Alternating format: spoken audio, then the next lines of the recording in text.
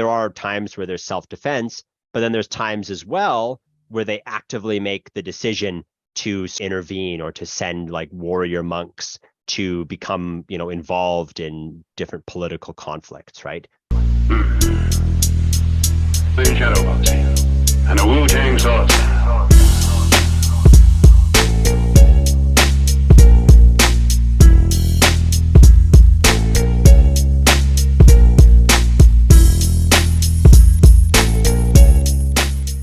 Today, the temple is very much associated with, like martial arts, kung fu. What I didn't know was just how deeply intertwined the temple was with Chinese politics throughout the centuries. So that was something that came as a little bit of a surprise. To provide a little bit of context here, so the Shaolin Temple, it's close to this town called Dongfang, and it's in Henan. He means river and Nan means south, so it's the province south of the river. And this is the Yellow River we're talking about, because there's the two major rivers in China. And so this area really is like the cradle of Chinese civilization. Like the very oldest cultures in China date back to this region along the Yellow River, roughly 9,000 years ago. Oh wow, real holy ground, yeah. Oh yeah, oh yeah. So this whole region, it's really been at the center of the story of China throughout the years. And to give a bit of context as well, today, Henan is the third most populous province in China, maybe even the second if you count, like, because the most southern province, Guangdong, near Hong Kong, they get a lot of migrant workers coming in. So if you take away the migrant workers, Henan would be like number 2 in its population. So it's got a long history.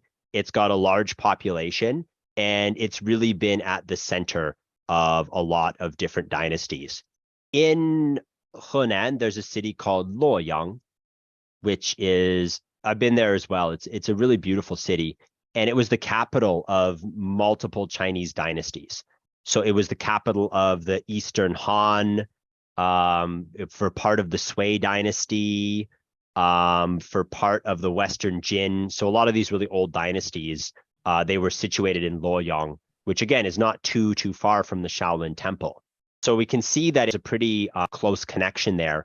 So the Shaolin Temple throughout the years, because of this close proximity to these centers of power, has played a pretty integral role in Chinese politics.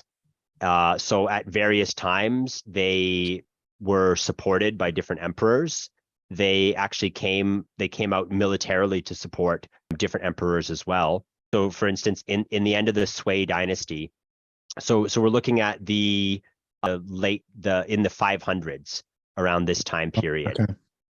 Is that around the time Bodhidharma came over? And it would have been a little bit later. Just checking I made some notes here so we could be more precise. Yeah, so this would have been a few decades later.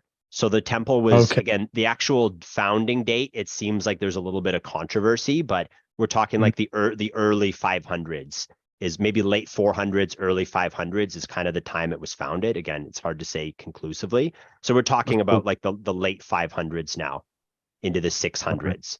So there's this like transitional period. There's like the Sui, and their dynasty there is collapsing. The Tang is starting to emerge, and the Shaolin monks, they side with one of these princes, one of these Tang princes, who's going to become the second Tang emperor.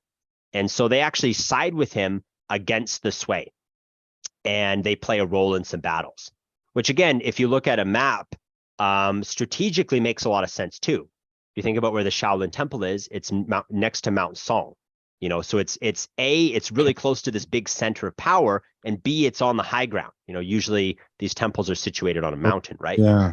So strategically, it's a pretty important place, and it's definitely, so it gives different emperors, different dynasties like this incentive to try to, make relationships, make connections, kind of keep the temple happy, right? So they side with the Tang, and the Sui is defeated. And as a result, they're given like gifts, they're given land, they're given a lot of sort of additional powers. And this sort of starts this long-term relationship, which is not going to be, there's periods where they fall out of favor. It's not to say that they're always assisting the emperors or the dynasties, but there's going to be quite a few different instances where they do come to the aid of different emperors, where they send military support, where they allow troops to kind of pass through their monastery. And as a result, they have a good relationship with quite a few Tang leaders, like Empress Wu Zetian, famous empress of China. She is a supporter. She's a patron of the temple. She gives them different gifts and like engravings and tablets and land and stuff like that.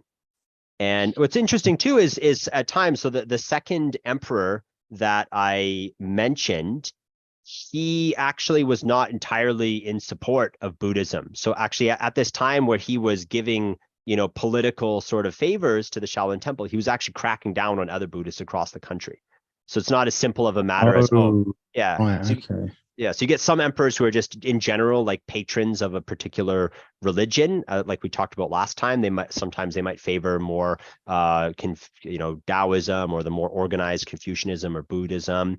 But this is a case where this emperor was trying to assist them, but he wasn't giving the same assistance to other temples. So it shows that, like, again, they have this sort of political relationship, which is going to be maintained throughout numerous dynasties.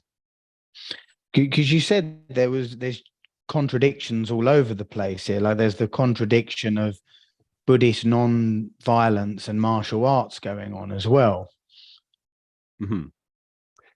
Correct. As, yeah. as I understand, okay. that's like to aid in meditation, because your physical strength will help you meditate longer. And also it's like to protect the Dharma from these imperial forces just wiping through and burning down.